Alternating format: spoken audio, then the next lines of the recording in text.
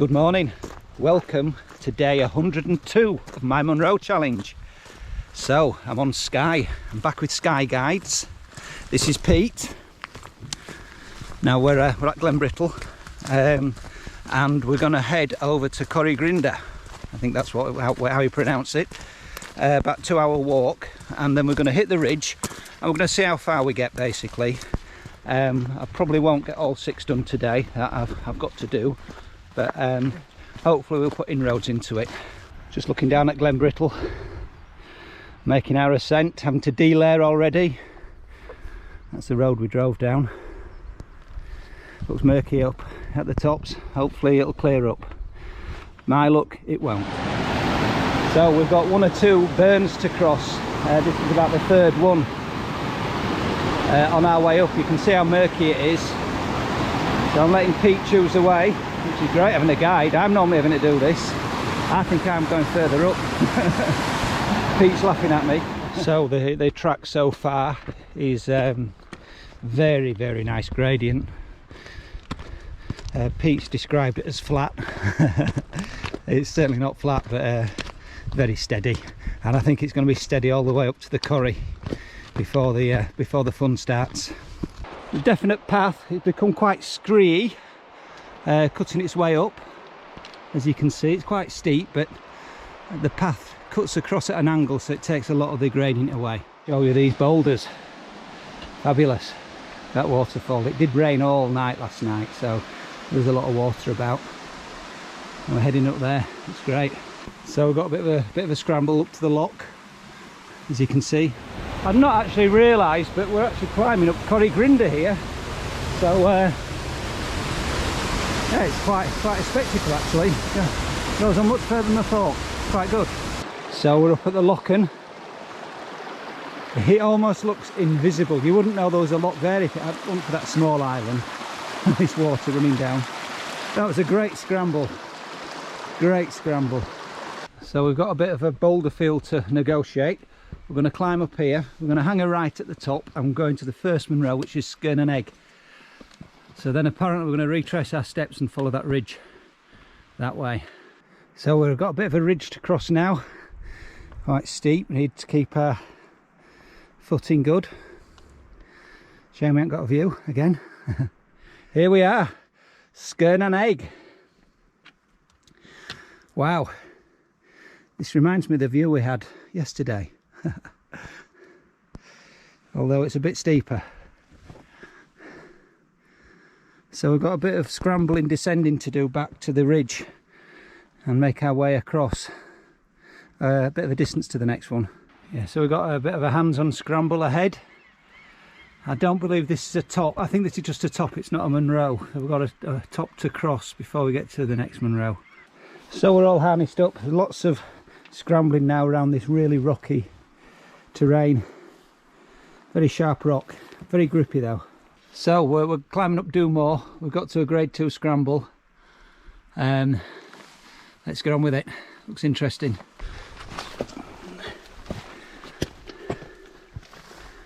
So here we are, we're at the top of Dubh Mor. Bit of a scramble. We're tied together on a rope here, so there you go. I think we're going back down the same way. Yep. Yes. I'm going to go to that top over there as well, just to make sure, because I think they're both a similar height. So bag them both. You can never tell, can you? So we're at the cairn at this high point, where the other high point looks higher. So still on Dubh Mor, but you can't tell. Anyway, we've bagged them both. So we're just dropping down here, down to the TD bypass, which is over that way, I assume. We've got a lot of scree to contend with on this next one. Been difficult underfoot, as you can imagine. There you go. There's some shapes ahead, I don't know what they are. So this is the hidden chimney up, we're climbing up Sgurr Alasdair. About a 40-metre climb apparently. Pete's going first, I'll follow once he's got himself a belay at the top. This is the second pitch of the chimney. I was going to say it doesn't look as difficult as the first, but you know, I better not say that. In my luck. So here we are, Sgurr Alasdair. That was a bit tricky. Now Pete's just said the scrambling's not that difficult on that one. I thought it was. But there you go. Unfortunately nothing to see, but we're back 3 Munros, so who cares. So the shadow you can see ahead is called Theolic, which I think we've got to climb over. It's not a Munro. There you go, another top. So this looks quite a difficult little pitch that we've got to go up here. So we're dropping down to a ledge now. I forget the name of the ledge. Collie's Ledge. Collie's Ledge. This could be it here, is it? Not too far. Really not too close. far. We're really close. Wow, that monster there is the next Munro.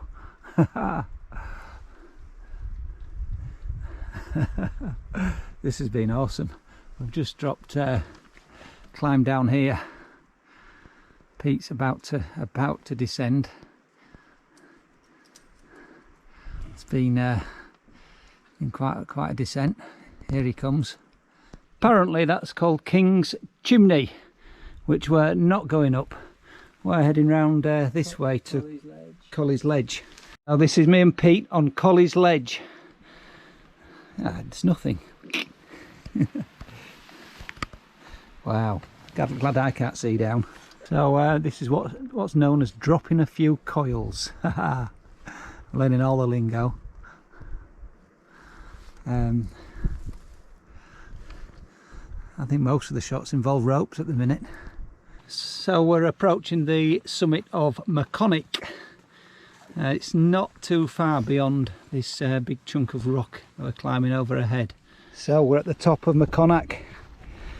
Wow, you can see below, very rocky climb, very slippy rock. To be really careful on this one. There's a plaque up here, can't quite read what it says, it's been here a while. I think we're going to, we've just been discussing, I think we're making our way back off of this one now and we're heading down. We're leaving the impin for tomorrow. This has been a really interesting day, absolutely phenomenal. It's just climbing and climbing and climbing, whether you're climbing up, whether you're climbing down. I just can't get over how technical it is. Awesome. Not a lot to see really in this murk. There's another lochen here. We've just gone down a huge scree slope. Really steep. I'm glad we don't have to go up that. That would have been difficult. And we're dropping down and we're going to eventually pick up the track we came up on, apparently. So this is the first view we've got since this morning. And we're almost down.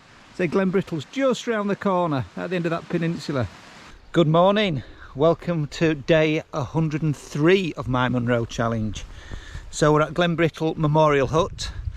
I'm still with Pete. Hi Pete. And we're going up to the Impin, and I've forgot the name of the second one already. Benedict, yeah. And we're going to Benedict. Not quite sure which way around we're going to do them yet, depending how busy the Impin is, and that will be the Cooling Ridge finished. Rainy day, cloudy day, so we're not going to see a great deal. What a fantastic start to the day. That's awesome, other than the gloom above it. So we're heading up this track. It's rising quite steadily, decent path. So we're climbing up a ridiculously steep scree at the minute. 1 step forward, 2 steps back, and it should be the other way around. Unfortunately there's been nothing to see, so very little footage. Pete thinks I'm talking to him, sorry. Unfortunately there's been nothing to see, so very little footage. After the scree, the path has been rocky but quite decent, and so we're going to head up to the base of the pin, but I'm not sure we're doing that first now. With it being as wet as it is, we're thinking about doing the other one first. So we're approaching the top of Benedict. It's been extremely rocky, extremely cloudy, rainy and windy. Not a lot of decent video footage, I'm afraid, today. So this is the top of Benedict, and all you can see is Isle of Skye weather, I'm afraid.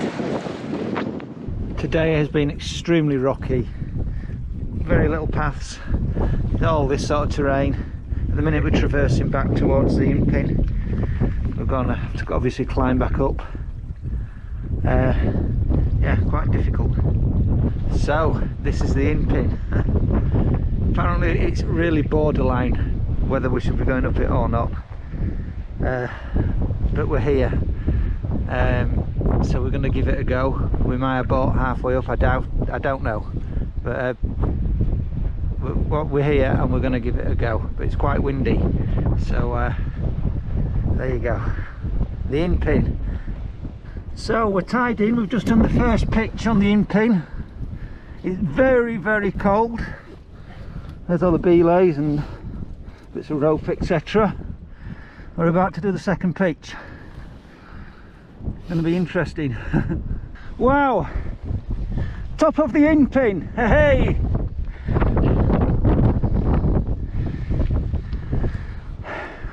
What a view! So Pete's abseiling down now. I've just been down.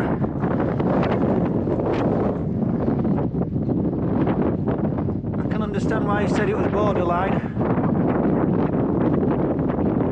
There it comes.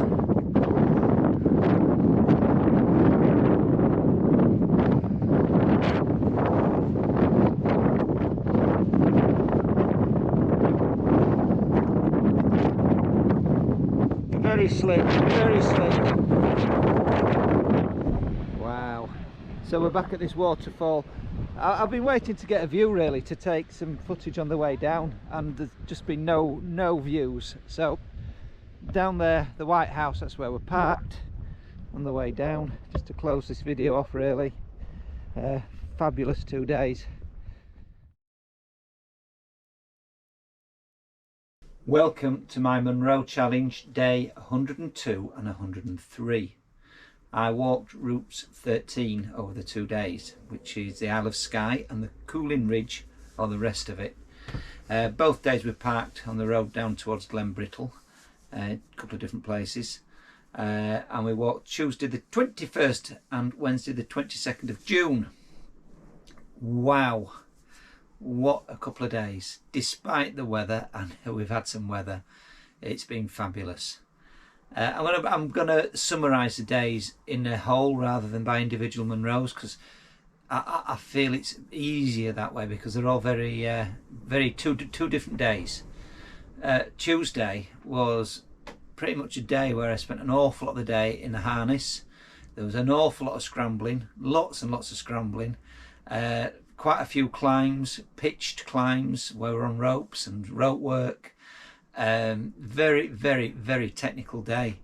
I had a headache. I'm thinking it wasn't a physical day, it was more of a technical day. There was ledges to cross, there was boulders, it was a really, really difficult day. I actually lost the skin off my fingertips with the roughness of the rock and the amount of climbing that we had to do. Absolutely awesome day, an awful lot of climbing. I mean, there was 4 Munros plus Thelic, which is the same height. I think it's 1 metre less than its neighbour. It was just an immense day, a very difficult day, quite a long day. Unfortunately, my Strava, for whatever reason, my phone packed in at Sgurr Alasdair.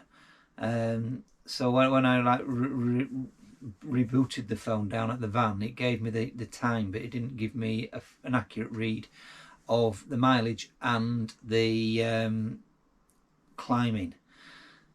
So I'm estimating around about 13.5 miles. And I'm also estimating in excess of 6,000 feet of climbing, and we were just over 10 hours walking. Very tough day, really cloudy, really muggy, really difficult conditions. Now, contrary to that, day 2, Wednesday, was different again. I only had the harness on the in-pin. The rest of the day we were climbing on rocky surfaces, in and out of scree, lots of traversing on rocky undulating paths. There was quite a few good paths which navigate in and around screes and steep slopes, but again didn't really need a harness or ropes at all during the rest of the day. Had a helmet on most of the day because of the steepness of the slopes and the amount of loose rock that was around. Very rainy day, very windy day. So when we got to the in-pin, Pete decided that we'd carry on to Benedict, just because the weather conditions were atrocious and we didn't want to get all our kit wet going up and down the pin and then have to carry on to Benedict. And it was a good call. It probably took us a couple of hours there and back. Again, lots of traversing, difficult terrain, great top. Retrace your steps, and I'd not actually seen the pin when we were below it early because it's the other side of the ridge. So when you pop your head over the ridge, it's, oh my god, it's there. And you know what it looks like because you've seen various photographs of it in books and whatnot, but all of a sudden the pin's in front of you. Now it was a close call. I mean, it was very windy. The wind was howling through the gap, and I know Pete was a bit reluctant to do it, but we did, and Pete decided that the safest way was for me to be laying up, and we had lots of safety measures because of the weather, because of the wetness of the rock, and because of the wind. We did 2 pitches going up and an abseil going down. I'm not a climber. It was pretty special, really special. Hats off to Pete for getting me up there, because I would imagine in a lot of other circumstances he may have turned around. Then we retraced our steps to the bottom. So day 2, Wednesday, was 10 miles, 4,016 feet of climbing and 7.5 hours. If you need to take anything at all from this video, I would suggest you get a guide, and unless you're really experienced and you know what you're doing with ropes and climbing, get yourself a guide, because it is brutal out there. What an awesome time I've had.